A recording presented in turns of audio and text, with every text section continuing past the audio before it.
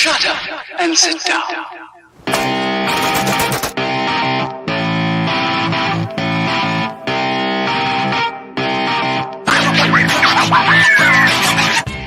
By all means, go for it. Have fun. Just leave me alone. People are coming together more and more and more and more as the government has been failing us more and more. I'm against being shitty to people. You can't research your way into understanding somebody. One way or another, I'd rather have the fight now.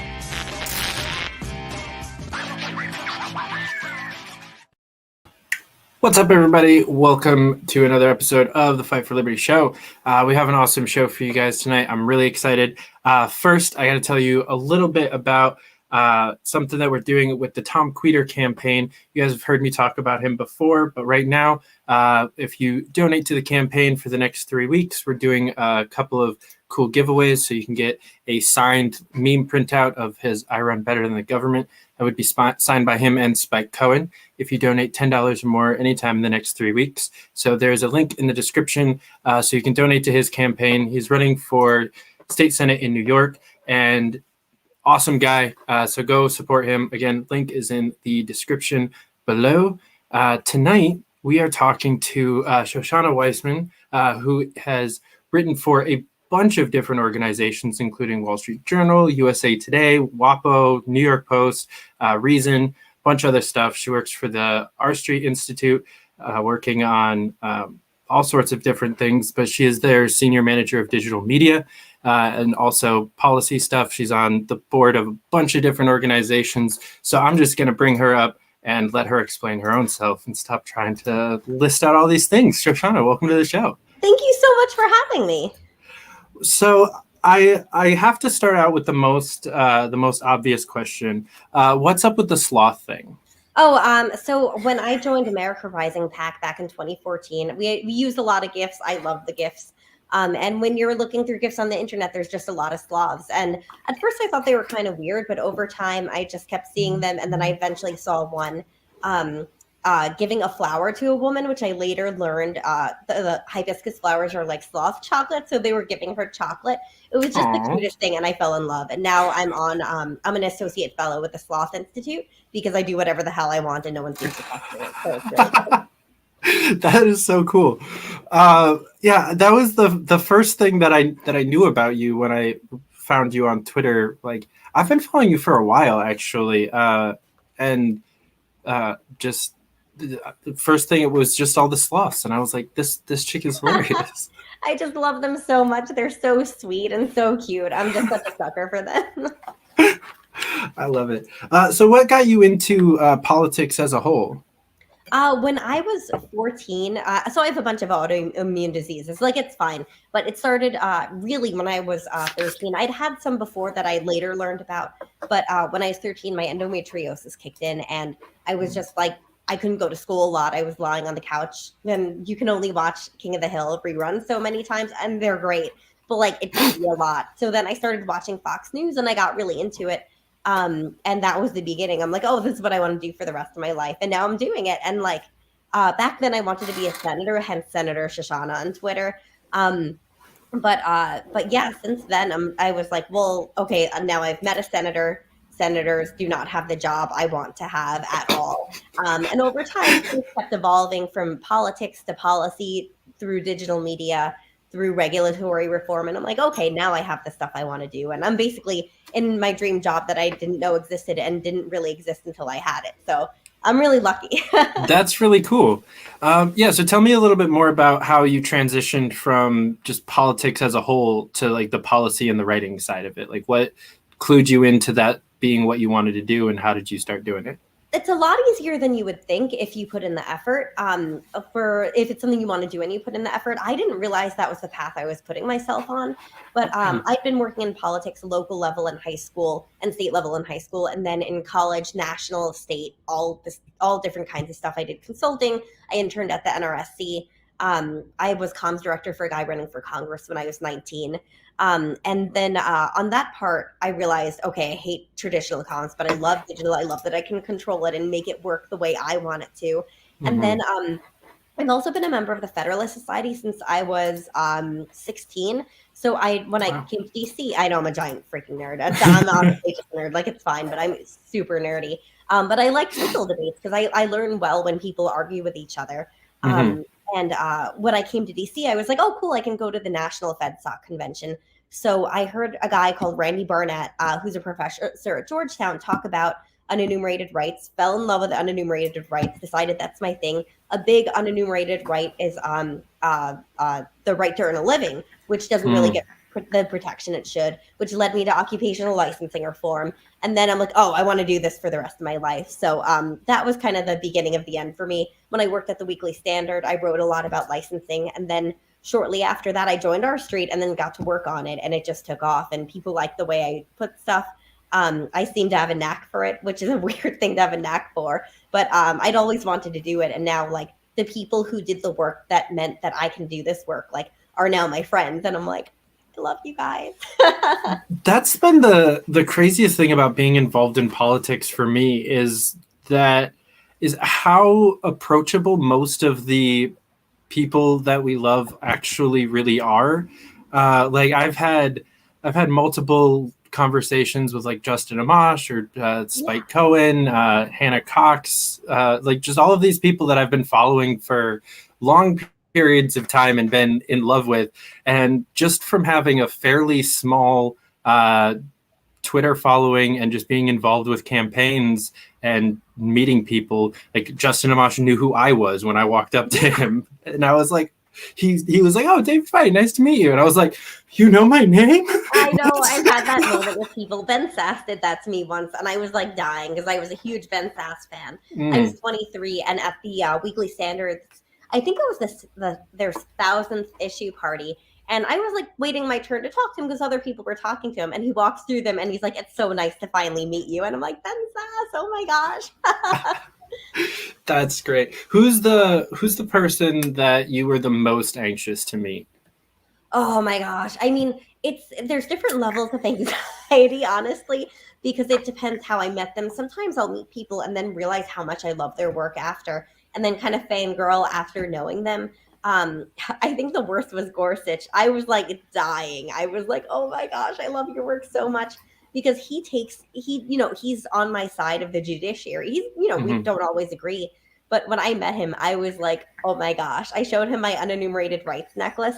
And he said, oh, you're a Ninth Amendment fan too. And I like died. I'm like died right there. I'm a ghost now after that. That was a really big moment for me, because it's like, he's just bringing so much to the judiciary that it needs, that like I didn't think was possible, because it's fairly controversial views in a lot of cases. And I'm like, he's there doing it. So I was just like, but there's so many people. One of my good friends, Clark Neely, is at the Cato Institute, and he's the guy who litigated one of the big licensing cases. And I've been a huge fan of his forever. And even though we're friends, I'm just like, oh my gosh, it's Clark Neely. Like my dad's like, how's Clark Neely? Like stuff like that. But he's just such a kind, great person. And there's so many people who are just incredible people, but are the sweetest people. Morris Kleiner is another one of those kinds of scholars. Just really, really incredible people who are just marshmallows, Yeah, it's crazy how just genuine a lot of the people are. I think we have a benefit of being fans of good people, not like horrible tyrants and dictators, right? So when we actually meet those people that got into this to genuinely help the world and make it a better place, like they're good people and they're nice. Yeah. And it's really awesome. One of the ones that will always blow me away is Scott Horton, who I've been he founded antiwar.com. So I've followed him for many years and reading his stuff and the people that he's helped bring up. And he is really just a stoner skater bro that has just done a lot more research than most other people on foreign policy. And every time that I meet him or he's on a show, he's been on this show as well. Aww. And he's just so relatable. He was on Tim Pool's show and they spent like 20 minutes just talking about skateboarding. And it was just the most like humanizing thing for someone who you normally see like on Fox Business or something talking about blowing up kids overseas. Yeah. It's nice to see like the human part of them too. Yeah, there's a lot of people who are just super down to earth, and not in all cases, but most often the people doing the good work are going to be down to earth, because I feel like they're focused on the right things. There's exceptions for sure, but there's very few people who have been super unapproachable whose work I've liked. Like usually they end up being nice people, and it's, you know, those things don't always have to go together, but they often do. Yeah, which is always going to be fun. I hope to continue to meet more of my heroes, but honestly, I've checked most of the boxes that I had this year. It's been a fun year. I'm so glad. I finally got to meet. I saw you were hanging out with Hannah Cox last weekend. I finally met her. Followed her for also years. She's so down to earth. She really is. We just were like hanging out having cheesecake at the YAL convention, and just making jokes about how it was Koch brother funded cheesecake. That's really funny. Yeah, she's super chill. I knew her before she was like super Twitter famous. But no, she's just so down to earth, and she's another person who, like, if you hang out with her, she's just like very, very normal. But she has all this cool knowledge about stuff like the country music industry, which, like, it's so fascinating to hear her talk about it, because so much of it, oddly enough, from the country music industry relates to how politics and government works. I know everyone's human, but it's still kind of funny. Mm-hmm. For sure. I'll never be more appreciative of just the community that is those of us that are trying to stop the downfall of our empire. Just trying. So I was on your Medium page today, just doing my homework, and I found the like Supreme Court hearing database, and I don't want to get too far into that. I'm just curious, like, what sparked the idea, and do you normally build large databases in your free time? Is that sometimes when I feel like it? It was I'd been talking with one of my colleagues and a friend at the Federalist Society about like different research that hasn't been done on the Supreme Court that could be, and kind of thinking through it. And I had this idea where I'm like, what if we created a database of it all? In part because confirmation hearings have changed so much, and I'm curious how they've changed. And honestly, the big impetus was I wanted to look for mentions of unenumerated rights because I'm so passionate about protection of them. Short story is, Ninth Amendment says that that we have lots of rights, that it's not just the ones written down. And then the 14th Amendment privileges or immunities clause says, hey, this is the same crap, but for the states. So we have unenumerated rights, but the Supreme Court is like, okay, we decided these rights matter, these don't, and these sort of do. And that's bullshit. Like, that's total bullshit. So I'm really passionate about full protection of all unenumerated rights. And I'm not saying giving people rights, but we have rights already, like endowed by God or like whatever. I don't care what you think it is, but nature, by like the earth, whatever, by your mom, I don't care. But like that we have those rights, and they're deserving of protection. But like, it was interesting because I caught something from years ago where, I mean, part of the big thing was that when Bork's nomination hearing happened, he said, like, basically it would be no different if there was an ink blot over the Ninth Amendment. But that's crap, because the Ninth Amendment is there. So to go from that to Gorsuch saying, when Ben Sass, who's a Ninth Amendment fan, asked Gorsuch, what does the Ninth Amendment mean? And he says it means what it says, which is literally quoting Randy Barnett on the Ninth Amendment. And I'm like, oh my gosh, like in 30 years, we went from this to this. Like, how does that happen? So I put together the data. It took forever. I have a whole spreadsheet I saved for the cleaning process. Kavanaugh's and Barrett's aren't out yet. It's ridiculous. It's been years, but I would love to get theirs in there. But every available one going back to like, I think the 1930s, which is when they started having hearings, because before they're like, okay, this guy can be in the court, whatever. And then they were like, oh, maybe we should have hearings. It's kind of funny, the whole history of it, but I'm like, I want to look through this. So I've had so much fun looking through the data. And it's funny because the American Constitution Society, which is kind of like FedSoc's partner, but it's a lot smaller and it's very liberal, has been like using the database for stuff. And I'm like, cool, whoever wants to research, like, I'm just glad that this is a tool that people have now. And I'm good with data. I'm not great with data, but I would love to see someone who really knows how to work with more files, more databases, who has some more room in their computer and like has maybe some more hardware than I do, to take not just this, but all different levels of hearings, every Supreme Court hearing, every like, I mean, just there's so many transcripts we could put in databases that we aren't, but I would love to, so that people could find mentions of things more to figure out, hey, when does this come up and why? So I'm just a giant nerd and obsessive, and our street lets me publish stuff. So I'm like, hey guys, can I do this? They're like, sure, whatever. And like, it got a lot of attention, which I was really happy about because it was something really important to me. And I just do stuff like this for fun because I'm psychotic. Like, it's great. I mean, I'll always pick on nerds, but in a respectful way, because I'm also one. I really wish that I was better with data. I don't know my way around it at all. And it's what my dad does for a living. And I've started to pay more attention because when he first switched over from just like programming to data, I just like started tuning shit out. I was like, this sounds boring. I was like, you do what Chandler Bing does in Friends, like, That's funny. You're a data transponster, and I just kind of not discredited it, but he was just talking about stuff that I didn't understand, and now I'm like paying attention because I'm like, I need to learn this stuff because I'm doing like voter rolls and stuff like that, and trying to like put together CRMs for campaigns, and I'm having to outsource everything that I'm doing to other people because I don't know data. It's hard. It's honestly a really hard thing to do. And I would love like for our street to get a grant to be able to do so much more with this, because I think there's some real potential here. But it's also like, people have to want to get this stuff. And sometimes it, interest in like availability doesn't align. Like, we can't just hire people who know this stuff way better than I do to do this because I'm a freaking dork. Like, that's not a reason our street can embark on a project. Like, if I'm doing it in my free time and I'm like, hey guys, can we publish this? They'll be like, yeah, sure. But I would love to do more here. And I think there's so much of government that's just behind a curtain and it doesn't need to be. And there's ways for us to do better. I mean, government should be doing this, but if they're not, I'm happy to do it. I would like some more of this. Just more ability for people to look through and understand things and find what government's talking about. That shouldn't be so hard, Yeah, they do this like faux transparency thing where all the information is out there, but it's not findable or really readable or doesn't have a lot of sensibility to it. Yeah. I can't tell you how many of the Supreme Court transcripts I had to do were in PDFs.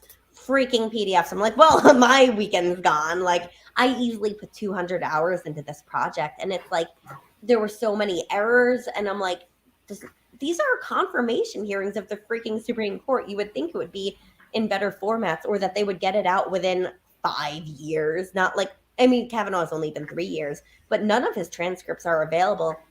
And I can't really use the BGov, like the Bloomberg ones, not even because of copyright stuff or whatever, but because they're not very good. And I don't blame Bloomberg. It's not their job to get, hours and hours of transcripts perfect. They're trying to give people an idea, but it doesn't work right if the data is that off. And a lot of the data I have still isn't perfect, but it's good enough. Theirs is just a step below, though, and I can't use it. But yeah, like, we should have access to this stuff. Yeah. So with so many topics out there to research and study and theorize when it comes to politics, you mentioned how you kind of got into occupational licensing stuff. How have you found the couple of issues that you've really focused on? Just usually when something sparks, like Clark Neely, I went to a speech at Reason back in 2013. And I was 20 at the time. And he told a story about an elderly widow who he had litigated on behalf of. When her husband died, like, she'd never had to work for herself, so she had to figure things out. She wanted to be a florist, but Louisiana is the only state that makes you have an occupational license to be a florist. The only state. It's bullshit. It's total fucking bullshit. Louisiana. So, yeah, it's ridiculous. So she tried to go through the process, but there were at the time two exams. One was a written test, and the other was a floral arrangement test judged by licensed florists. As you can imagine, they do not want competition, so the pass rate was lower than the Louisiana bar exams pass rate, which tells you everything you need to know. So she couldn't pass it, but a grocery hired her. Her clients loved her. It was fine until the government found out she was working. How dare an elderly widow do the only work she knows how to do and is capable of doing? So the government told them, like, hey, you're either going to fire her or we're going to shut you down. So they had to fire her. I don't blame the grocery. I admire them for hiring her in the first place, but they can't spend all their time fighting this stuff. And so when she eventually did die, she was in poverty. IJ was paying her electric bill and stuff like that.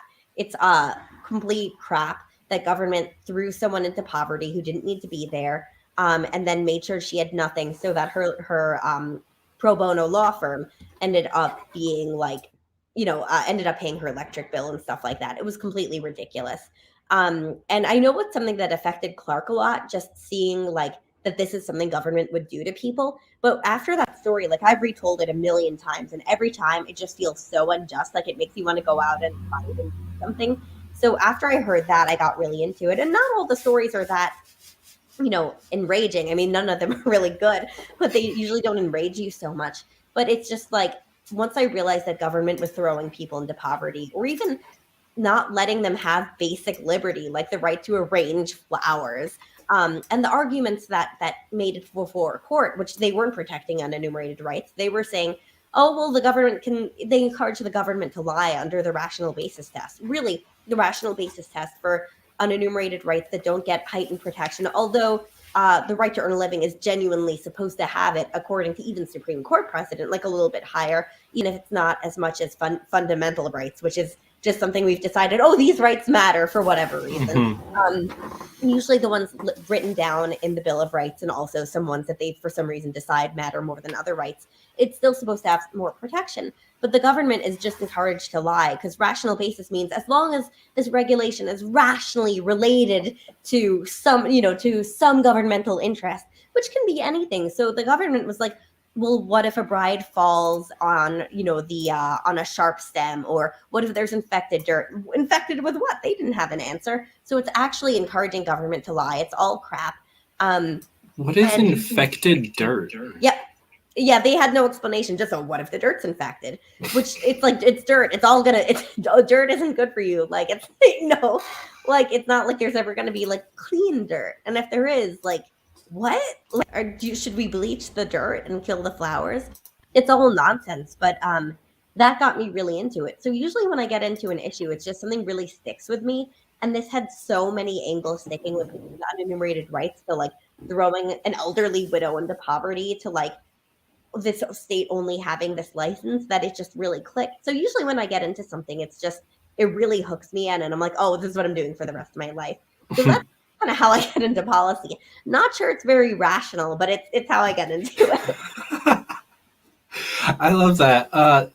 Occupational licensing has been one of the things that I think that was one of the issues that I actually had like a political, like policy minded opinion on before I got into politics. Like that was one of those things that I like actually like cared about, that got me into, well, how do I fix that and change that? And that means I have to like run for office or support other people that are running for office.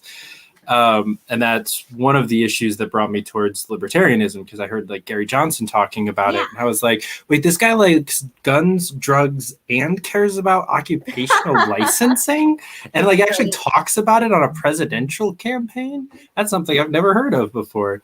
Let me check those guys out. And really 6 years later, I'm this. So maybe a good thing, maybe a bad thing. We'll never know. That's really funny.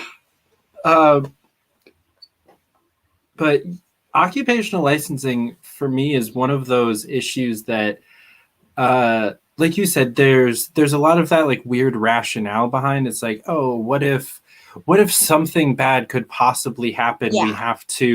We have to stop bad things from happening, which a lot of people can get behind on a philosophical basis if they're not really paying attention to the outcomes of it. Right. So it was something that I focused on a lot when I ran for New York City Council, because actually while I was running, there was a big scandal where like 4 or 5 like elderly churro sales ladies in the subway got arrested, like dragged out of the subway in handcuffs because they were like unlicensed selling food. Churro dealers. Right. Those horrible criminals. Yeah. And so naturally, like all of the like anti-cop and like pro like immigrant leftists, like the entire DSA like came out in droves, and they had like a big event protesting it, and everyone's like, this is horrible. And not a single freaking person was talking about the fact that they were just enforcing a law Yeah. that exists. And if you don't want them to enforce the law, get rid of it. Like, that's the only option. You're not just we gonna don't think about that enough. You're totally right, but people don't. The left doesn't make enough mental connection between like, we don't want this to happen. Well, this is on the books, so what do we do about it?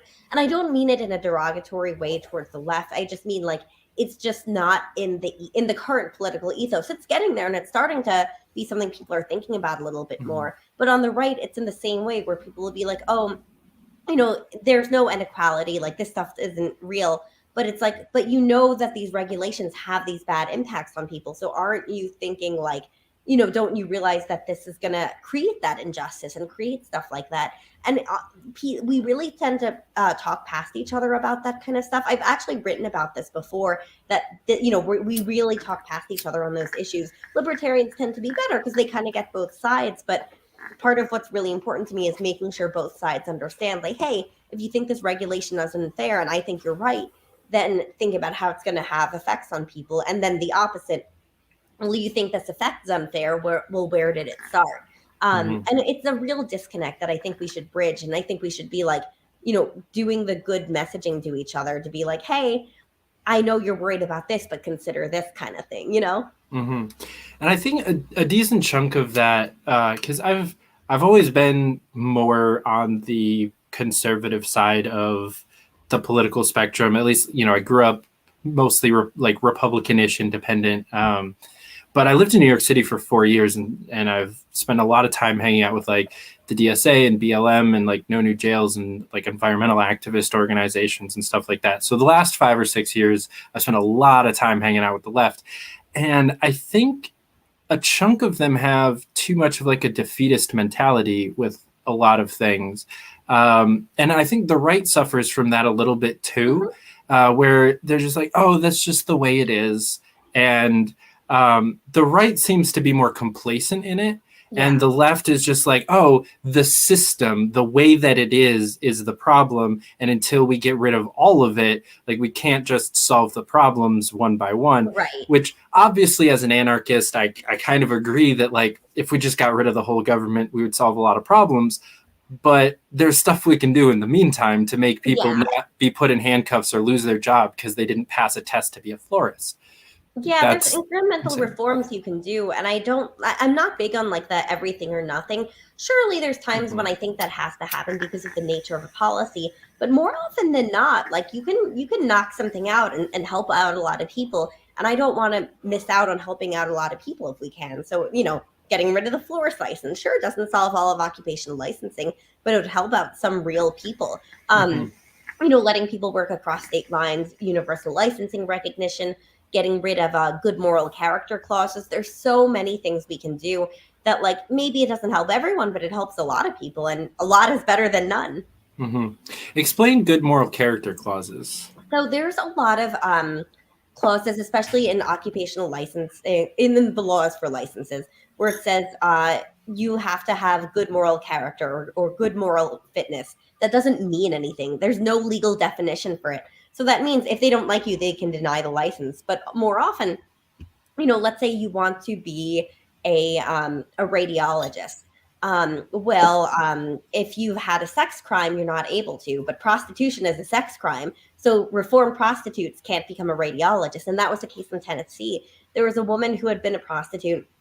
She got back on her feet. She was living a good life. And she wanted to become a radiologist. She looked into it. Thankfully, she did it before. She looked into this before she had gone through schooling. She wasn't able to become one because prostitution is a sex crime, and you can't, be a radiologist with a sex crime. Or, there was a good moral character. It's barbers in some cases have to have good moral character, and that means you can't have been in prison. So when they're training people to be barbers in prison, they get out and they can't be. There's states where that happened. It's just nonsense. And these provisions are just so broad that it can mean anything. I'm not even kidding you. I've had people say, well, what if your barber cuts your head off? He's not going to be a barber for long. Like, if his idea is just to, like, if we're going Edward Scissorhands here, like, this is ridiculous. Like, if he was going to commit murder to random people, he is probably going to do that anyway. And, like, being the barber thing isn't really helping. Like, that's not a solvable thing.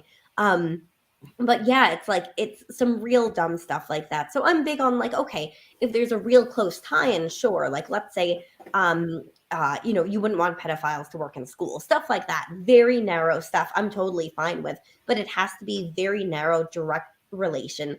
And evidence based. Like in that case, that makes sense. But in other cases, you might want to make sure, like, okay, I'm trying to think of a good example. Maybe a guy who stole a car. You don't want him working at an auto dealership. Little things like that. But even there might be room because he's probably not going to steal his own cars. So there's a lot to consider there. But it definitely shouldn't be like, oh, you're not allowed to do anything if you've ever been to prison. So you should be in poverty, and then you'll have to steal stuff, and then you'll go back to like it's silly, Right. And that's why we have such a reincarceration rate, because and it is once you get out, it's fucked.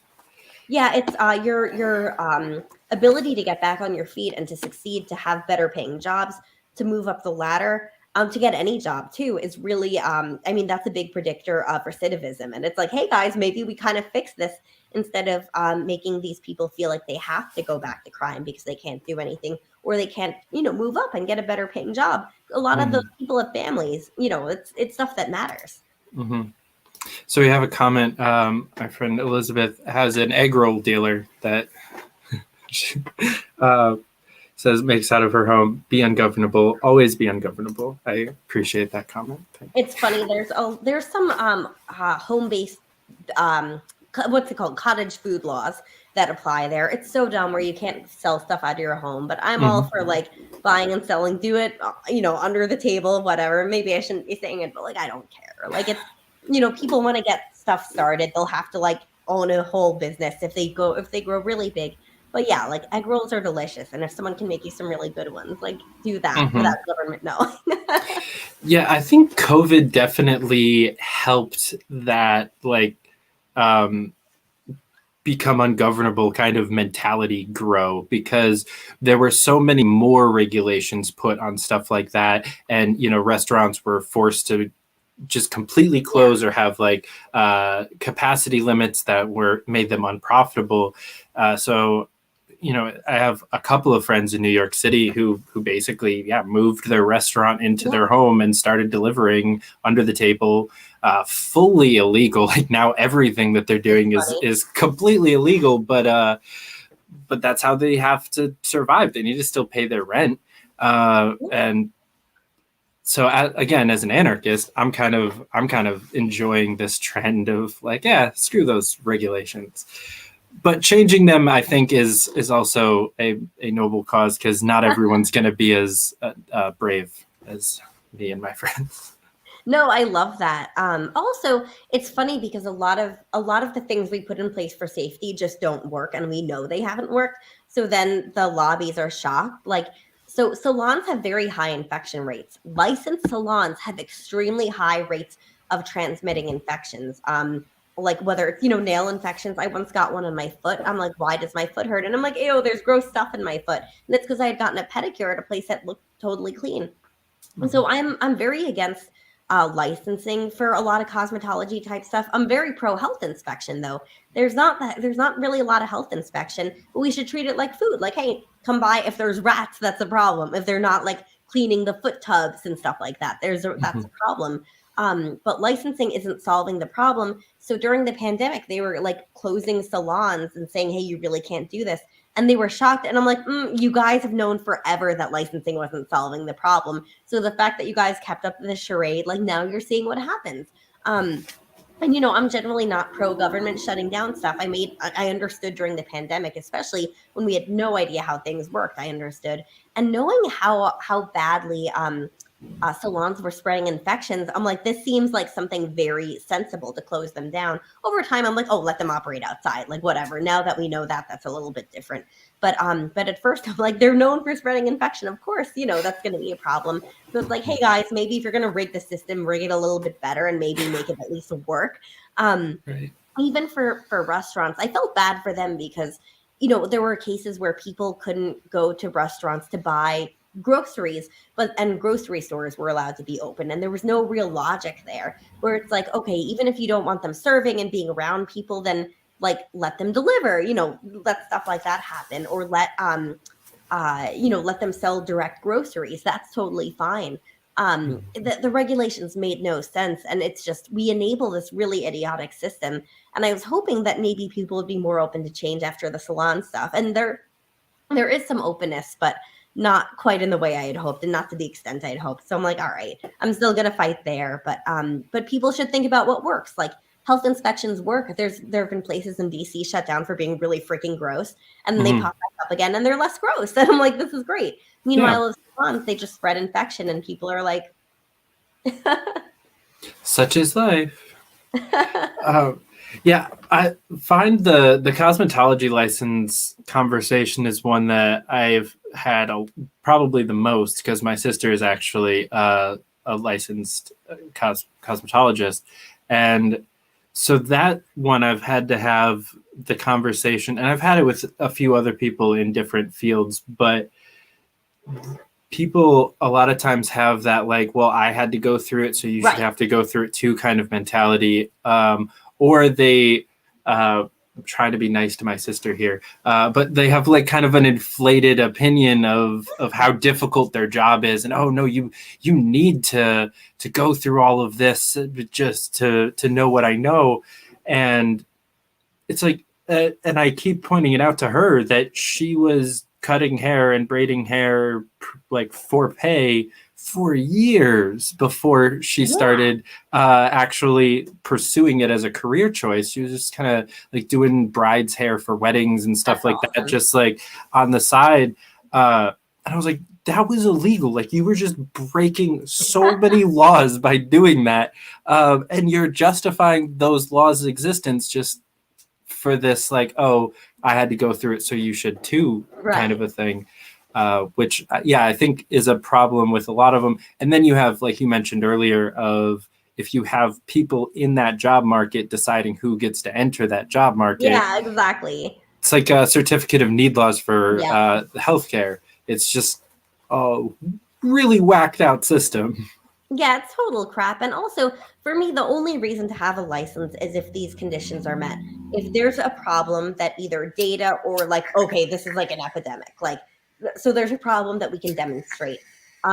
There's a way that government can solve that problem. And after government has attempted to implement it, it solved the problem, or it's, made a lot of progress on the problem. That's the only circumstance under which I'm pro licensing, or really any regulation, because too often we put in regulations, they don't work, and we just keep them on the books. But ego is not a reason to keep licensing. That we messed up a lot of people's lives doesn't mean we should mess up everyone else's lives forever. I had, there were two people I knew who, my friend and I were just going off about how college was such a scam. And his girlfriend and my friend were like, well, when you say that, you're saying our college experience didn't matter and our degrees don't matter. And I'm like, they don't. You matter. Your degrees don't. And they're like, oh, you're saying I don't matter. I'm like, no, you're valuable because of who you are, what you've accomplished. The institution has nothing to do with it. You could have gone to community college or Yale, and at community college done really great things, or gone to Yale and had a crappy life. Like, the individual's work matters. The quality of work matters. And it's hard to see on the camera right now. I keep my apartment very dark, and I have a light here, but I also have a green light there because green lights reduce migraines. Again, my body's crap. It's fine. My body's just total crap though. But I have rainbow hair, and I get compliments on it left and right. Politicians love it. Licensed cosmetologists love it until they find out what I'm trying to do with my work. But I do my hair very well. I have an expensive hairstylist because my hair is very hard to work with, who's always impressed by my technique. I taught myself. I figured out the best dyes. I figured out the technique. I read about it, and I did it myself. And I don't need a license to do it. I don't need a license not to burn myself. I know how my skin and hair function. I do strand tests when I try something new. But you learn how to work with it.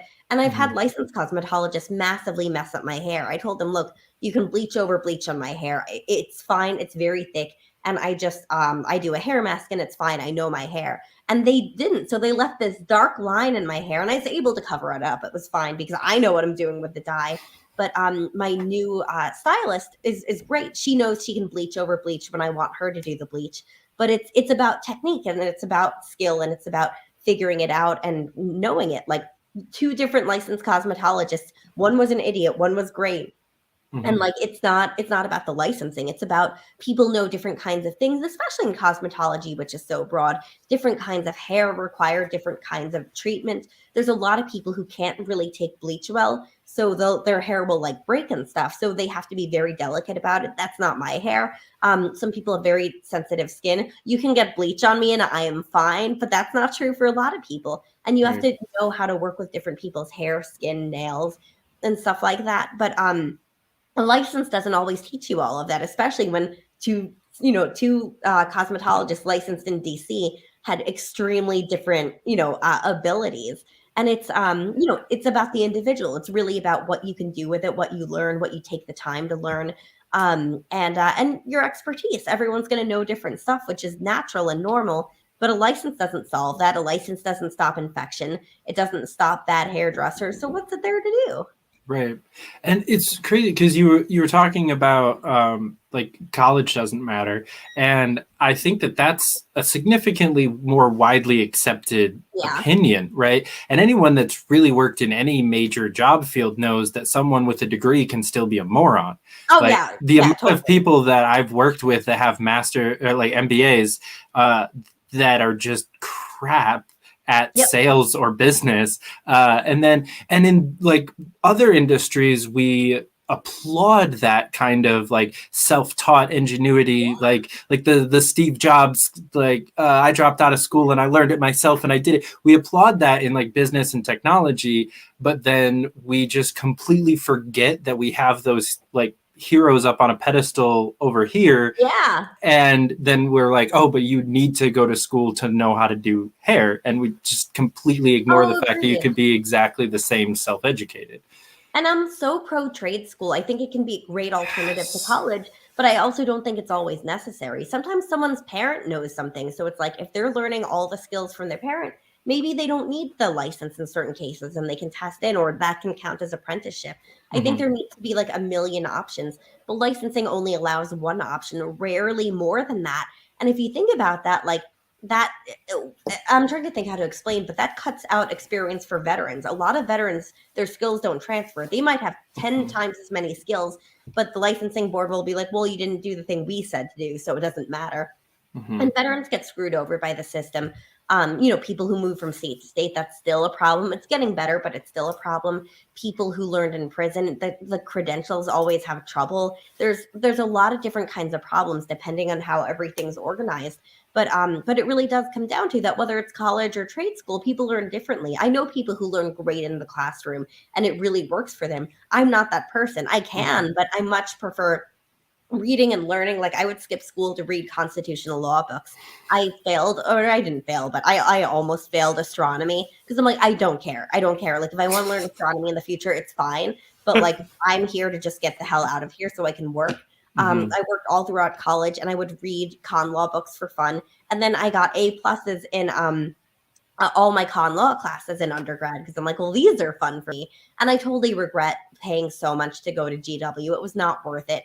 It was worth being in DC, but I could have done it another way. No one's ever asked me about my grades. There's certain industries where they will, sometimes validly, sometimes not. There are certain degrees that I think make sense and career paths, whatever, but like we have to stop thinking that college is everything because a lot of times it's absolutely terrible. It doesn't produce value for anyone.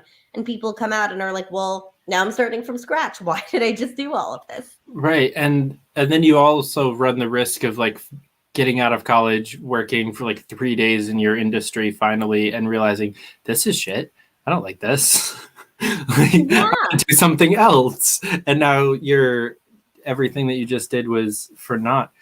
I'm actually, most of my personality would suggest differently, but I actually prefer learning in a classroom, which I'm like only one of my friends that does.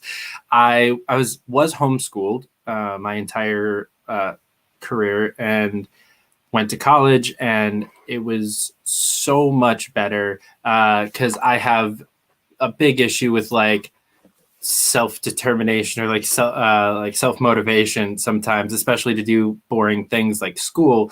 So if I have the ability to like tune out or ignore or procrastinate, I will do that. So if you tell me you have to be in this room doing this thing from 10 a.m. to 12 a.m., and then you have to do this, I will actually do it and learn the things. Otherwise, I'll only study what I want to study. I know what you mean, but that's what I mean. Like, you know how you learn, and I think we have to really work with that better in all parts of the school system. But even with licensing, if you learn best on the job, let people do the apprenticeships to get the job. If they have to be licensed, and if they don't have to be licensed, let's not have them have to do it. Some people will want to do the apprenticeships because they'll find it better, or they'll want to take the classes. But like, if it's not hurting anyone, if they don't, we shouldn't care. It doesn't matter. And also, licensing messes with mobility. There's a million problems that it causes. But for me, what it comes down to is the only reason we should ever have a license is if it's the best regulatory solution to fix an actual problem. And sometimes lower barriers work better, like health inspections over licensing. Much lower regulatory barrier, but it works better. Not to say there's also not a lot of dumb regulations on the books regarding the health inspections, and it should be a little bit more narrowly focused. But still, figuring out the right barrier. If you're worried about contractors skipping out of town on someone, I'm sympathetic to that because that's a problem. You don't need a license for that. You need mandatory registration for that. So I'm comfortable there, just figuring out those narrow solutions to real problems. The Institute for Justice has this great inverted pyramid of like least restrictive means of regulation. And sure, you might want licensing for doctors. For that, I'm here for it. But for florists, for plumbers, even electricians, there's some evidence that where electricians are licensed, because they're not licensed everywhere, that it actually increases harm because people are like, crap, the electrician is expensive. Let me try these wires myself. So there's real other problems, which is why I always mention you want to study what's happening after. Just because licensed electricians might be better than unlicensed ones doesn't mean that the system is going to be better than the lack of a system. Right. I think Larry Sharp, the Libertarian governor candidate, both in 2018 and most likely next year. I think his rule of thumb on that one is great because he always says, if you would ask your sibling or neighbor to do it, then you should need an occupational licensing. No one's asking their neighbor to give them like surgery, but mowing your lawn or cutting your hair or arranging some flowers for you, that one's even definitely trimming a tree. You might have a neighbor who knows how to do that kind of stuff, or plumbing. There's all, but that's exactly it. I actually think that's generally a pretty good standard. Again, some neighbors might want to try the surgery, and that doesn't justify it. But I like the way. I mean, hey, if you want your neighbor to cut you open and try some stuff, and it's consensual and voluntary, I'm like, hey, to each their own. I'm open. It's like, I get why people would want it, but I just feel like you never hear of like a really good unlicensed doctor. It's like, it's not like, you hear of good unlicensed people doing stuff under the table sometimes, but that person is never a doctor. When you hear about the unlicensed doctor, it's because he's just like injected something that was supposed to be Botox and isn't Botox, or like messed up someone's face or body really bad. Part of what I think is, if you've never seen a good unlicensed person doing it, maybe we should keep that one.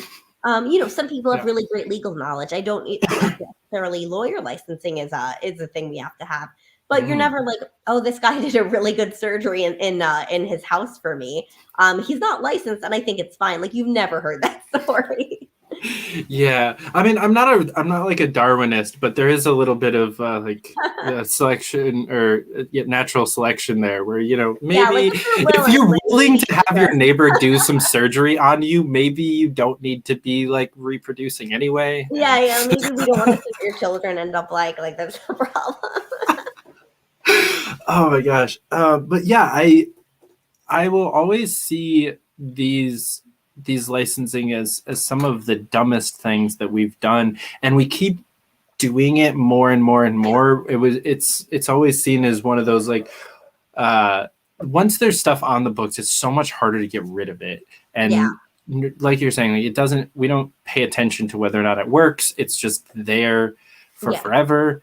And also, one of the important things you mentioned, like cost, but I think that the market would naturally let let people charge more if they are licensed in whatever than someone who's doing it under the table. If right? the license matters, that's a big question, because if the quality is the same, or if the quality they need is the same, because let's say you want someone to cut your hair, and your hair's pretty average, like it's not really, it's fickle like mine. I get the Jufro all the time, and my hair will flare out, and it's a problem. But let's say you have a haircut and you just need a good haircut. Like the licensed person might charge $200, but if you only need the $20 haircut, then you're just going to go for that.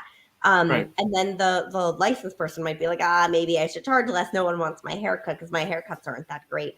So really, it does come down to skill, and skill can be a part of licensing, but it isn't always. But so think about it that way too. Yeah, and I think since we've been talking about hair as the example most of this, I think that's one of the ones, at least here in New York, that does it kind of right, because while you're in school, you are allowed to get like on the job practice. Yeah. So like, while my sister was in school, like they work on the floor for like 2 hours of their class, and people get to go in and get their haircut, and That's it's cool. a quarter of the price or so. For me, it was like a $5. Actually, because they had so few men that went in there, they didn't get enough practice on men's cuts. So men's cuts are free. That's awesome. Because they just didn't have the ability to practice that much. Yeah.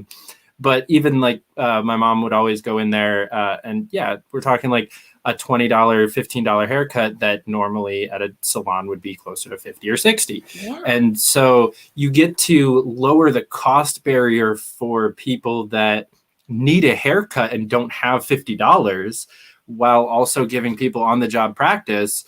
It's just sensible, and not many industries have that kind of an ability where people get to pay less for the maybe slightly less skilled labor while the people are getting there. And I think it's a best of both worlds kind of solution. Yeah, I don't think we need the license, but as far as the model, I like that model a lot for a lot of things. And I think it's a really good way to do it. Even my doctor, who is amazing, and I pay out of pocket for him. It's not great. I don't love paying out of pocket, but he's worth it because he's a really good doctor. He had this apprentice with him, and it was great because he's asking, like, I'm trying to remember what the question was. I think he was like, why might Shoshana's estrogen levels be high? She's vegetarian. And then I thought he was like asking me a question. And I'm like, because tofu, like you have to worry about that. And he's like, I wanted her to, to say, figure it out. But I really like the way he really involved her, because there's ways to just have an apprentice and just half-ass it. But he really wanted, her to learn from it. And she has paid for her time and stuff. But I really like that kind of model where, you learn from someone. I like apprenticeships. I know it's still a little bit guilty, but I think when it's optional or when it's part of a very necessary license, that's a really good way, especially because he's an incredible doctor. And I don't think I've ever had a doctor who brought in a student like that before, but like, it was really cool because he's brilliant. He just knows everything, and he's good enough that when he doesn't know something, he's like, let me look this up and I'll get back to you about it. And you just don't find doctors like that. Licensing kind of gets that minimum standard for doctors, but it only gets that minimum standard. I've had so many crappy ones, but the way he was working with her, I just loved it. Yeah. I will never really be a fan of like legal licensing, but I will always present like private licensing as an option, and because I think that there is definitely something to be said for just the ease that comes from life when there's a seal of approval on something, even when it's not right. Like the FTA's approvals are on a bunch of crappy things, but just that, like, the seal of approval saying like, okay, I can trust this thing because the whole system would go down if this was really bad. Actually, I usually use like kosher food as my favorite example for that, because it works great. Yeah, I don't know any people that are kosher that are just out here like, oh my gosh, the government isn't regulating kosher food. I don't know what to eat. It's like they all trust those stamps. I mean, they would be more subject to like bribes and stuff, but I like the competing kosher symbols because I'll accept like the star K and I'll usually accept the tablet K. But if there's something where I'm like, this could be really fucked, then I won't accept the tablet K because I use kosher symbols, but also like I'm very originalist, like the Constitution, but for Torah, when it comes to stuff. Because I'm like, okay, there were no kosher symbols in the desert, so one, who fucking cares? But two, it's like it's easier when it's there. When it's there, I know I like don't have to worry. But when it's not, I like scan the ingredients and I'm like, gelatin can't have this, or like B2 vitamins. I might email the company and be like, what's the source of your B2 vitamins? Because I'm vegetarian anyway, so I want it to be all plant-based, or at least not meat and stuff. But yeah, kosher symbols are great, and everyone knows the crappy ones. They're like, okay, the just K by itself. Freaking Jello puts it on, and it's like, go straight to hell, Jello. This comes from pigs, you pieces of shit. Like, they piss me off so much. But everyone knows when you see the OU, like, oh, we're good. Like, no matter what, we're good here. But yeah, like that system works. I think it could work for doctors. But it would just be a long, difficult process to figure out about how to test it, how to really make sure it works.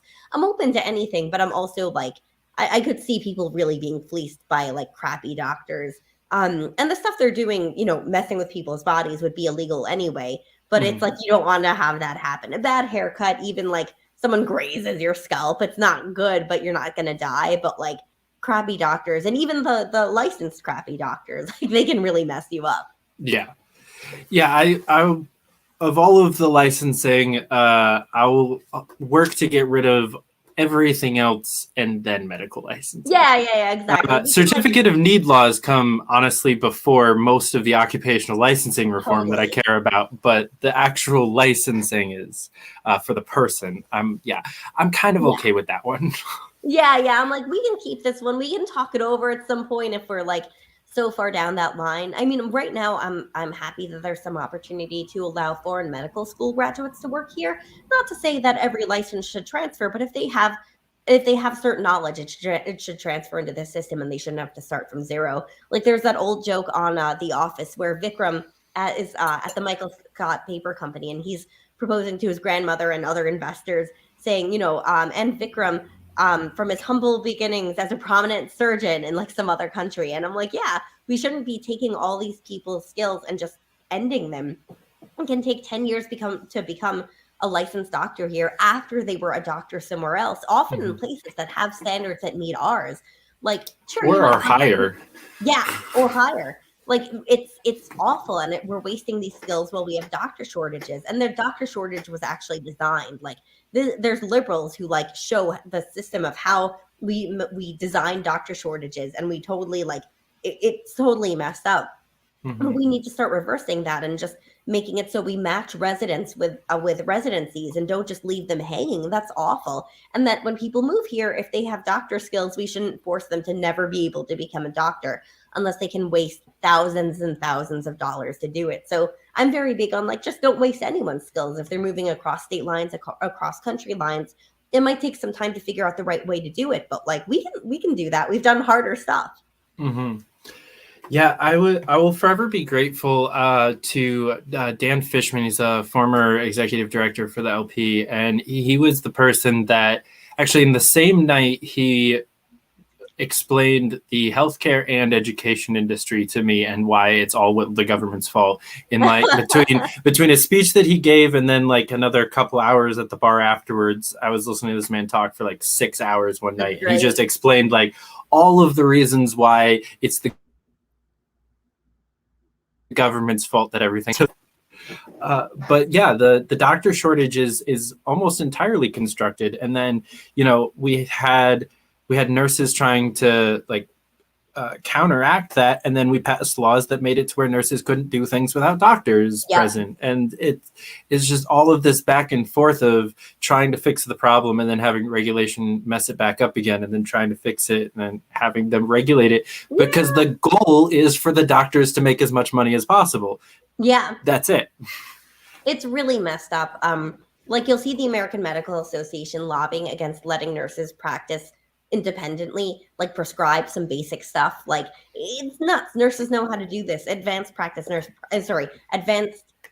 I always meant APRNs. I always forget the exact advanced practice registered nurses. There we go. I always mess up the acronym because I'm always using APRN. But yeah, doctors fight it. And then like in states where we do allow APRNs to practice everything, like there's better health outcomes. There's more access to care. There's more like cheaper health care because you don't have to pay doctors to come in and say, okay, I agree with the nurse and like walk out. Like that's what so many of them do. You know, there's terrible nurses, sure, but there's also many terrible doctors. I've seen many of them firsthand. My endocrinologist, literally, I go to this guy and he does all these different tests on me, and it takes forever, and I'm a little burnt out from it.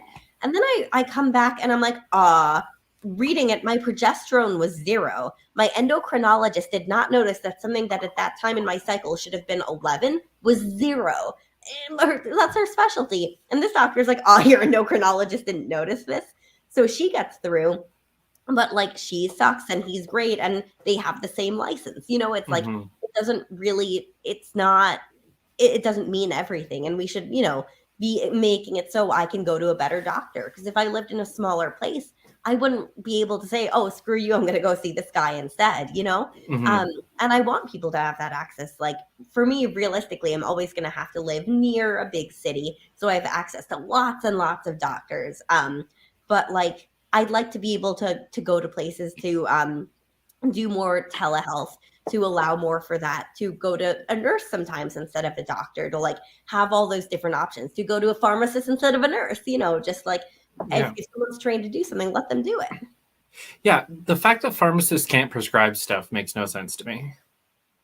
Yeah, that's their job. Like that's the thing that they know how to do. They know how it all works together, and we don't give them authority. That's why I'm all for letting them give vaccines. And I think every state pharmacist can give vaccines, but there's different levels. Like they might be allowed to do this one and not that one, or for all of these, but for only ages 5 and above. And there's not real logic. Just let them do it all. Same for allowing them to provide over-the-counter birth control, tobacco cessation products, a couple of other things too. That it's just like, let them do it. Expand access here and reduce people's healthcare costs. It's just really simple to me. Yeah, especially those ones that, like you're saying, would reduce the overall healthcare costs. Yeah. Or just like societal costs in general, like over-the-counter birth control. Like the thing that will never ever make sense to me is like conservatives that want to ban abortion and also have like abstinence only sex ed, ban birth control too. And it's like, what do you want out of this? Do you just want lots of uncared for and unwanted children? Is that the goal of this mission here? Yeah, exactly. Like birth control for me isn't a political issue. It's like if someone wants it, fine. You know, let them know the consequences, let them know side effects, stuff like that, just like with any medication. But like if your main goal is being against abortion, and I think that can be a legitimate interest, like do everything you can to stop it instead of saying, well, I also worry about the morals of birth control. And I'm like, that's not your job. Like you can totally be there, and you can encourage it in your private life, but that's not the role of government to say, oh, I don't want like these people having sex. Like what? Yeah, and that's really the only other alternative there. If you're not talking about how to do it safely, and you're banning abortions, like the only other thing is abstinence, and that's unrealistic for most people, especially nowadays. Like kids in high school are not being abstinent. It's just not a thing anymore for the most part. And yeah, it's I see that one as more of the just like kind of control nature that a lot of people have with their political ideals. It's not even quite like authoritarianism, but it's just that they've realized that they're like kind of the conservative side is losing a lot of the culture war, and they think that they can combat it with politics, and it didn't work. It's never worked. Like neither side has ever successfully legislated people into agreeing with them. Yeah, that's just not how life works. But it's funny too with the abstinence thing. Our street's really big on harm reduction. Just the philosophy of like, don't let the perfect be the enemy of the good. And it's a lesson I've had to learn and work before because I'm a big perfectionist. And I've calmed down. but basically saying if vaping stops someone from smoking, good. Vaping is way less dangerous than smoking. It's like something like 95% safer. And that's a lot. So I worry about laws that are harder on vapes than they are on cigarettes. That's silly to me. Or even with heroin and stuff, just making sure that we're helping people get off of it and that we're giving them the best chance and that our strategies are focused on that, not always going cold turkey.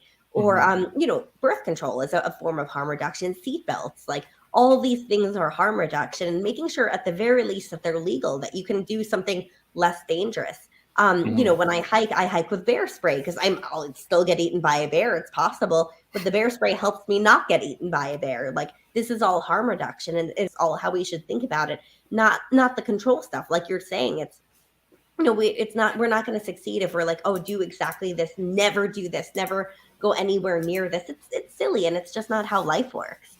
Right. And I love that you brought up seatbelts, because one of my favorite statistics, and I don't remember the actual numbers on it anymore, but so New Hampshire doesn't have seatbelt laws.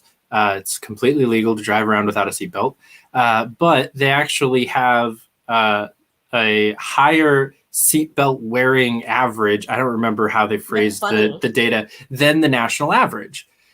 Even though it's not mandatory, you're not going to get pulled over for not doing it. It's still more people wear their seatbelts in New Hampshire than nationally. And I loved being there because I was there for political work for about 4 months last year.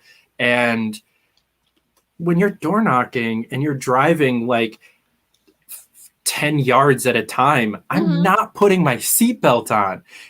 Or if I'm just like running crazy amounts of errands where I'm going to get out of my car like 30 times in the next 3 hours, I'm like, just leave me alone. And it's great to not have to like have that terrifying fear while you're driving those 100 yards of like, if a cop happens to drive by me at this second, then everything's screwed. I'm driving my boss's car. Maybe I don't know where the registration is. Like, this is going to be a whole problem just because I didn't put on my seatbelt.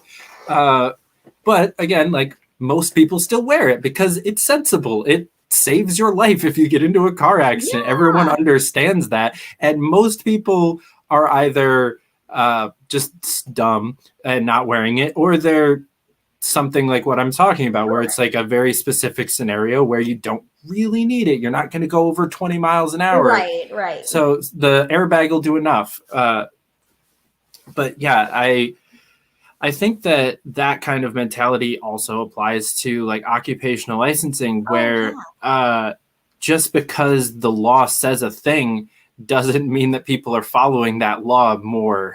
Right. We could have less regulation and better professionals in that profession. And I think a lot of people don't see that as a possibility. Oh, absolutely. I mean, it's in the same way, and this is kind of a negative way, but it's in the same way that there's no law saying people have to go to college, but a lot of them still do because they think it's worth it. They're wrong in many cases, but they think it's worth it, or business is required or stuff. But there's still, and credentialism, it's kind of its own problem, but there's incentives beyond government. And I'm open, I'm always open to stuff. I'm also open to different incentives. I'm open to government regulation, even where I don't always love it. But we do have to think beyond regulation incentives. I'm actually working with the Sloth Institute now to kind of discourage people from buying sloths. Trust me, I would love to own a sloth, especially a three-toed sloth. They were perfect angels, but they're very delicate. Like I've watched documentaries about overactive sloths, and it's actually a problem because their metabolism is so low that overactivity can really harm them. It's kind of like, running yourself ragged for days on end. Like your body you'll get more susceptible to infection, stuff like that, if it's not what you're feeling. People, and they also have very, very delicate stomachs, especially the three-toed sloths. So people are importing them, and like they don't know how to care for them. Vets don't have training in sloths. Like the vets don't know how to care for sloths, and I wouldn't expect them to. And that there's real risk. So I was talking with them, and I'm like, look, I want to decrease the demand because there's government action that can happen, but I think most importantly, you need to decrease the demand and realize like, people can do sloth encounters that are really unethical and they don't know. But if they know, we don't need any government action for them to be like, oh my gosh, this poor thing, they pulled it from the wild. It's not doing well. It's doing too many encounters a day. Or a baby sloth. Why are you allowed around a baby sloth? That's very like more delicate than even adult sloths. So having people understand that is better than government action in a lot of cases, because people can get through. You can still find ways, or you can get special permits and still get the sloth and not care for it, right? So there's other incentives, and one of them is understanding the real consequences of your actions and saying, you think this is a cute animal, but like if you care about it, you don't want that animal to be hurt. So it's funny because I talk about this a lot, where you just have to figure out the right incentives and what can and can't be fixed, and where and it can and can't be fixed. Yeah, and although I agree with you that for the most part the college thing that you were mentioning earlier is wrong, I think it touches on another really important avenue that we have, which is like societal regulation of like, most people go to college because their parents told them to, right? And or their guidance counselor did, or whatever. But more often than not, it's just direct parental influence. But then if you're lacking that, society will usually pick up the slack and pressure everyone into going to college, unless you're like really adamant about not doing it. I don't know. Almost all of my friends have at least done a semester or two. Sure. Like, I dropped out after a semester, but I understand. I still made the mistake of going in the first place. I still have $20-something thousand in debt because it was an expensive ass school that I don't know why I went to. But I think that applies to almost everything. Like if you have strong parental and then societal influence backing that up, you're not going to cut people's scalps off as a hairdresser, because that would be rude. That's not a nice thing. People get jobs.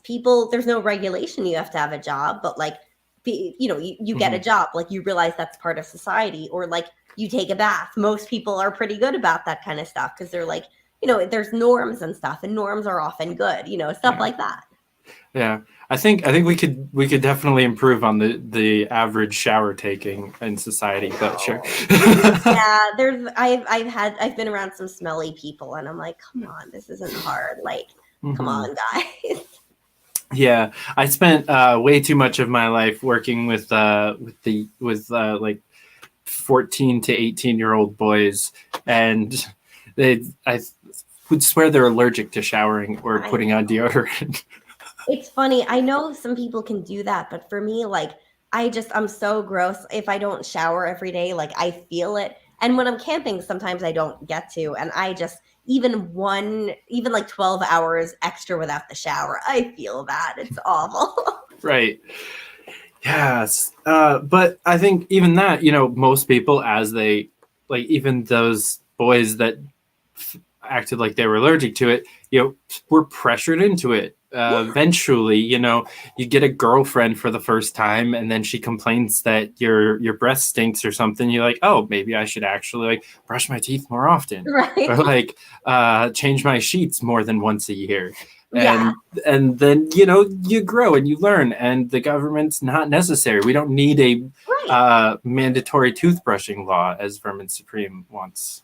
That's really funny. But yeah, exactly. Stuff like that. And it's we can encourage stuff. I don't even mind government encouraging certain things, but there's so many other incentives. Like with cybersecurity, we still stuck on that. And I kind of wish we would teach that in schools and teach people how to evolve in cybersecurity and how to look out for the next threats and protect themselves. But like people who understand it are like, oh, I know how to protect myself. I'm going to get a password manager, or I'll do this or that, or kind of monitor stuff, get better passwords, There's so many kinds of norms that we have that, like, as they grow and evolve and as needs come up, we kind of work through them. Like society, it's kind of spontaneous order. My friend Neil Chilton has a book on that he just released. And I started reading it, and it's about kind of like how stuff works out. Like, be frightened and whatever, but generally things tend to work out. And he explains why. And it's kind of funny to think through because you'll realize like, oh, wait, yeah, that did kind of work out.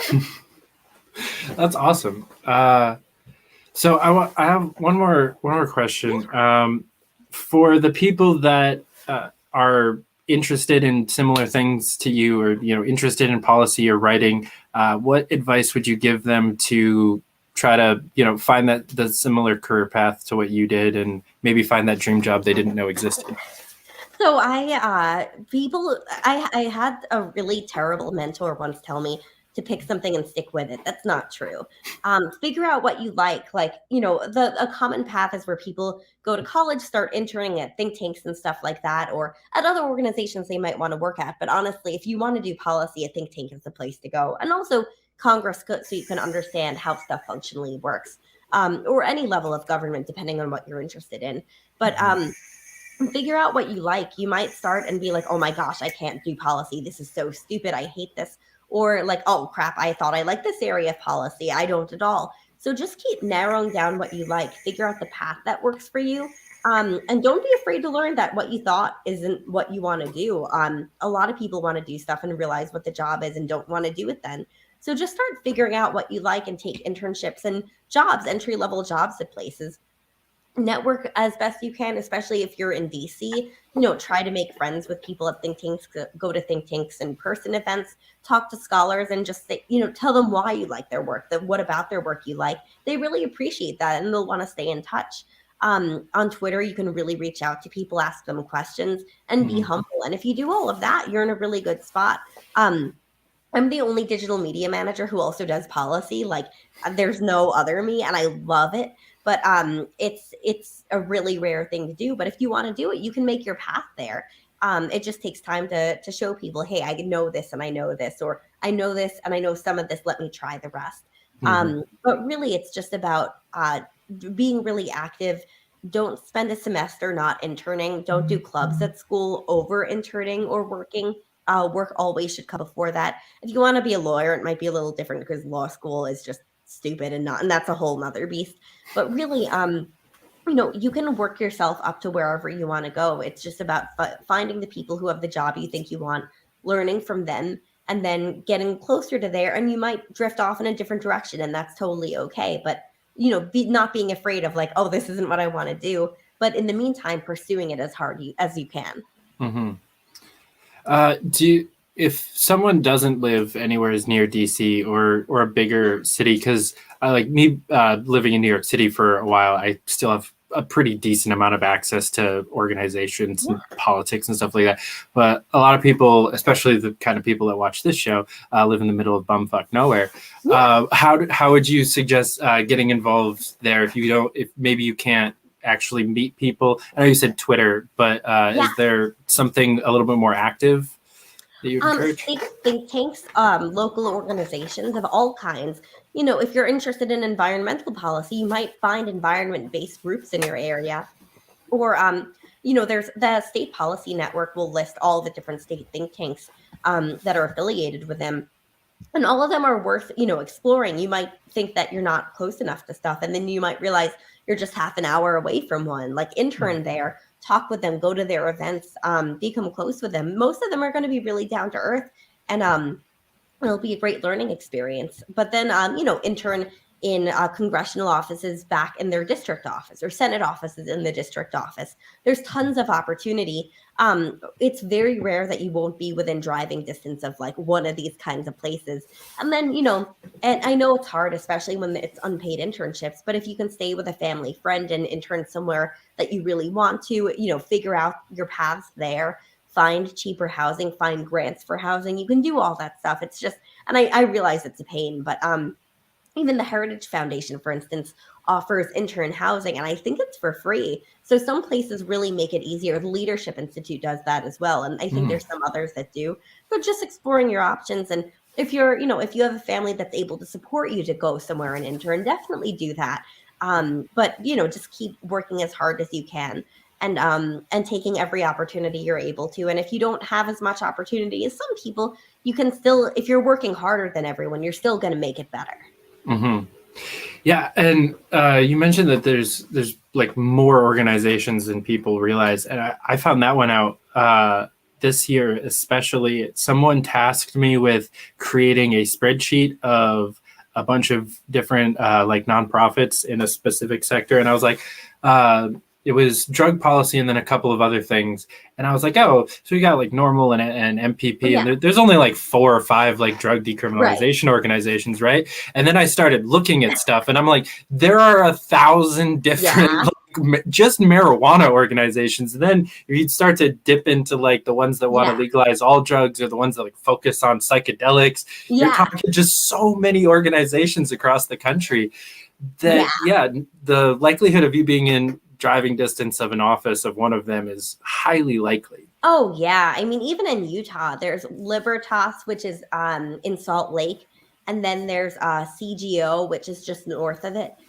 Center for Growth and Opportunity. They're awesome. And then there's all different ones all over. Like, I think CGO is Logan. I always forget the city names. I love the Wasatch, though. I'm obsessed with Utah. But there's places all over. And, you know, you might have family, like, let's say you're in Arizona and you live in Flagstaff. I'm not sure if there's anything there, but if you have family in Phoenix and they, you know, you can stay with them while you intern at the Goldwater Institute, like, that's a great opportunity.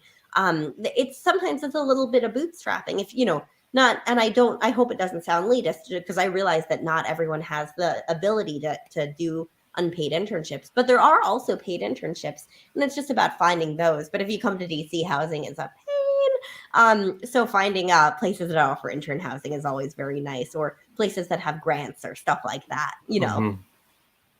Yeah. There is definitely that that kind of like class divide for a lot of people, and unfortunately just across the board with politics, it seems to be like the worse you are, the higher you get compensated for your work. It depends. Politics is just such a weird world, and it's so insular, and it's so like there's a lot of nepotism, and that causes a lot of problems.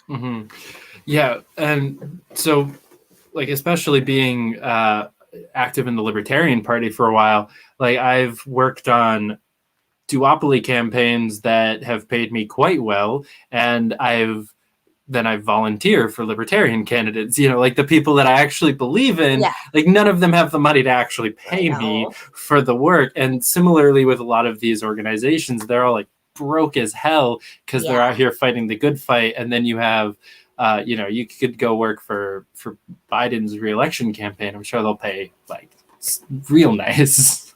I'm not sure. It's actually a good question, because I'm not sure how presidential campaigns pay.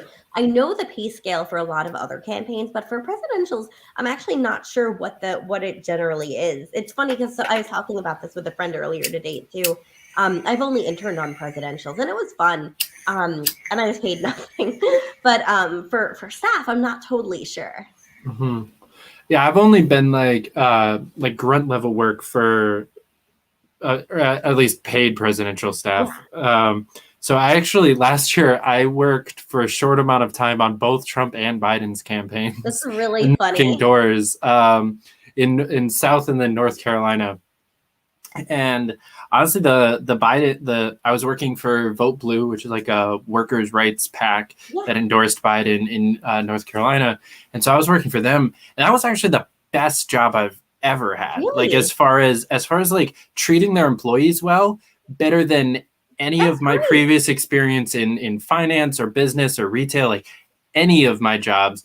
They literally fired me and then still bought my plane ticket home. Like, oh my gosh, that's incredible. I've never heard of that. They were so awesome. They paid well. They covered our hotel. They got me a rental car, like everything. And so, but that was still like PAC work as a door knocker, not actually like campaign staff. The only presidential campaign I've been on the staff for was Tulsi Gabbard, and she had no money and didn't pay me anything. That's really funny. They housed us and fed us, but there was no paychecks there. Oh, at least they housed and fed you. That's something. Right. But again, it seems like, you know, the better work you're doing, the less money that you have when it comes to politics. Oh, no, I'm sorry. Like, I haven't had campaigns in years, thankfully. They burned me out. Yeah. I'm taking a break, or I was going to take a break, and I just took a fundraising director job on a campaign, but that one's actually a paid gig. So that's great.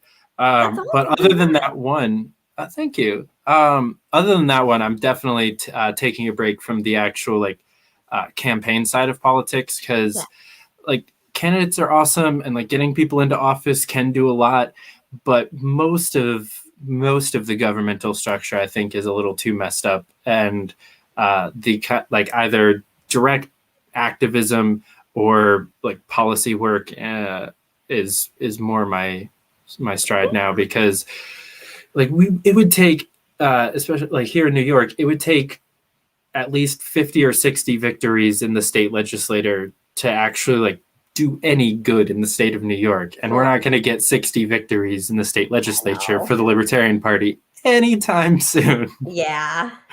I'm sorry, Tom, if you're still watching this. But yeah, I've seen a lot of people kind of pigeonhole themselves into the political process of, thinking that it's all about either campaigns or party affiliation stuff. When a bunch of people that I know don't even know really any of the good liberty think tanks that are out there. I talk about the 10th Amendment Center a lot, and they're awesome. And most of a good chunk of my friends have never heard of them. Actually, having Michael Bolden on the show next week, and I was over the moon excited to finally get to talk to him. Yeah. And so many of my friends are like, "Who's that?" And it makes me so sad. It's these random gubernatorial candidates that got 2% last year or whatever. Everyone knows their names, but these people who are out there actively making people's lives better every single day, we don't pay attention to them. And I really want to. That's one of the things that I want to try to do with this show is kind of open up the people that are way too concerned about electoral politics to the idea of you can go work for a think tank, you can go work for a nonprofit organization or an institute or so many other things besides just knocking doors for a campaign. Yeah, there's all different kinds of sides. Even working within government for a bad person, you can actually do that and change their mind and help them not suck so much. There's people I know who work for members who I'm but it's they're doing really good work to make the member better. That's a big deal. Mm-hmm. Yeah, if you can be a voice of reason to someone who actually has power. I know Rand Paul got a lot of crap for being as close to Trump as he was, but I think it's undeniable that he had positive influence there and possibly single-handedly avoided a war with Iran because of his constant nagging of Trump. That's funny. You can't deny that he had a lot of influence there, and so maybe being a suck up isn't always the worst thing. There's a lot of stuff to consider, and it's about what you're able to do, where your competitive advantage is, and there's nothing wrong with working for a bad official if you can make them better on stuff. It really does matter. People get, hated people who are working for the Trump administration. I'm it depends what they were doing. If they were just doing whatever Trump wanted, that's not great. But if they were actually changing his mind or, executing things better, that's something that matters. Mm-hmm. And changing his mind didn't seem to be too difficult of a task. Yeah, it's very easy to do. Shockingly, disturbingly easy. I guess it worked out well in some cases, but it's not great. Yeah. Someone like that. I think that getting close to them can only be a benefit when they're that susceptible to stuff. And honestly, most people, at least in my experience, I haven't met a crazy amount of politicians, but probably more than the average person. In my experience, most of them are kind of people pleaser types in a lot of ways, where they are susceptible to that kind of I don't want to say coercion, but just influence. Thank you. That's a better word. So I 100% agree that, even if you don't like your congressman, look up and see if he's hiring, because you might be able to help out the people in your area. Yeah, exactly. Well, thank you so much for coming on. This was awesome. My pleasure. Thank you. Before we go, tell people how they can find you, find your stuff, get involved with R Street, get involved with helping out sloths. Sure. So the Sloth Institute does great work. If you have the money, I would definitely advocate sending them some money. They do really good sloth work. And I love sloths. Follow me at Senator Shoshana on Twitter, rstreet at RSI, rstreet.org. I don't have my own website. I have a Medium page because I'm not going to pay to have a website for something I can put on a Medium page. I'm very practical, disturbingly so maybe. And yeah, no, thank you so much for having me. Yeah, it was a pleasure. Guys, thank you so much for watching. We will be back here next week. Actually, next week is packed. We've got Michael Bolden from the 10th Amendment Center, Clint Russell from Liberty Lockdown, Joel Getz, who just ran for mayor of East Stroudsburg in Pennsylvania, to come on and talk about his race. There's one more next week that I'm spacing on. Killian Hobbs from Being Libertarian. So definitely, if you haven't already, click the subscribe button, like this video, share it. Go tell all of your friends that they need to do more work outside of electoral politics. Shoshana, again, thanks so much. My pleasure. Thank you. All right, guys, have a good night. And again, we'll see you back here next week. Until then, keep up the fight.